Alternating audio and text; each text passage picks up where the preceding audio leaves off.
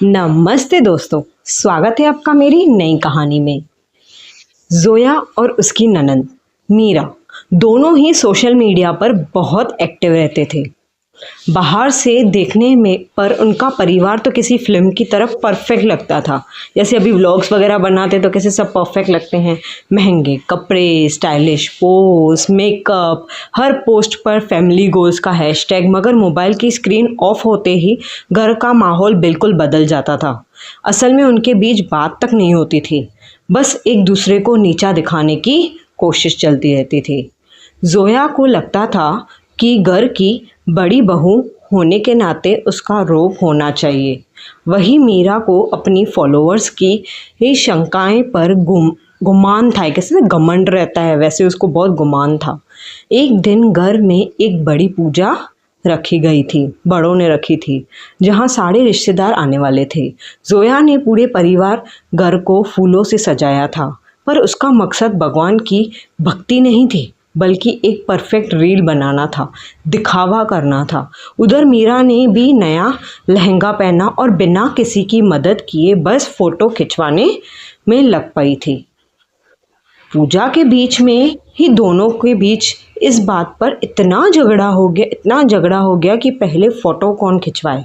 पूजा की वैल्यू ही नहीं थी, भगवान की वैल्यू ही नहीं कर रहे थे। रिश्तेदारों के सामने तो दोनों मुस्करा रही थी, मगर अंदर ही अंदर एक दूसरे को ताने कोस रही थी। दिखावा करने से कोई बड़ा नहीं बन जाता, जोया ने दबी आवाज में कहा, जैसे उसको ताना मार रही हो।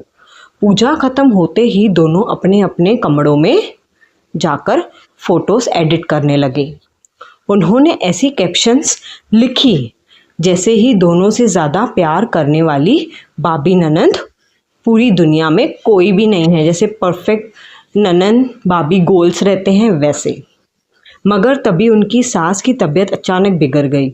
दोनों इतनी मसरूफ़ ही अपने कमेंट्स पढ़ने में कि उन्हें बाहर क्या हो रहा है, कैसी हलचल हो रही है, कुछ पता नहीं चल रहा है। जब उन्हें पतियों ने चिल्लाकर उन्हें बुलाया तब दोनों की आंखें खुली। उन्हें एहसास हुआ कि जब उन्हें हकीकत में एक दूसरे की ज़रूरत थी, तब वो एक दूसरे को झूठी दुनिया में ही दिखाने रहीं, दिखावे के लिए झूठी दुनिया सबको दिखाती रहीं, गोल्स वगैरह ननंद बाबे। हॉस्पिटल में बैठकर जब दोनों ने अपने फ़ोटोज़ या फ़ोन्स देखा तो उन्होंने उन लाइक्स से नफ़रत होने लगी। वहाँ लोग उनकी हैप्पी फैमिली वाली फ़ोटोज़ पर तारीफ़ें कर रहे थे, जबकि यहाँ उनका परिवार बिखरा हुआ था। हाँ, झगड़े हो रहे थे। जोया ने पहली बार मीरा का हाथ थामा और माफ़ी मांगी कि उसने रिश्ते से ज़्यादा दिखावे को अहमियत दी है। मीरा ने भी रोते रोते हुए कहा कि उसने सिर्फ स्क्रीन पर खुश रहने सीखा था, अपनों के साथ नहीं। वो रात को उनके लिए माफ़ी मांगने के बाद उनके लिए एक बड़ी सीख लेकर आई कि रोज़ लोग आपको फ़ोटो से नहीं, आपके साथ से आपको याद रखते हैं। सोशल मीडिया टोटली फेक है, आप उस पर बिलीव मत किया करो। Real life is totally different. घर लौटकर दोनों ने फैसला किया कि अब वो मोबाइल से ज़्यादा एक दूसरे को वक्त देंगी, एक दूसरे को समझेंगी, एक दूसरे की वैल्यू करेंगी।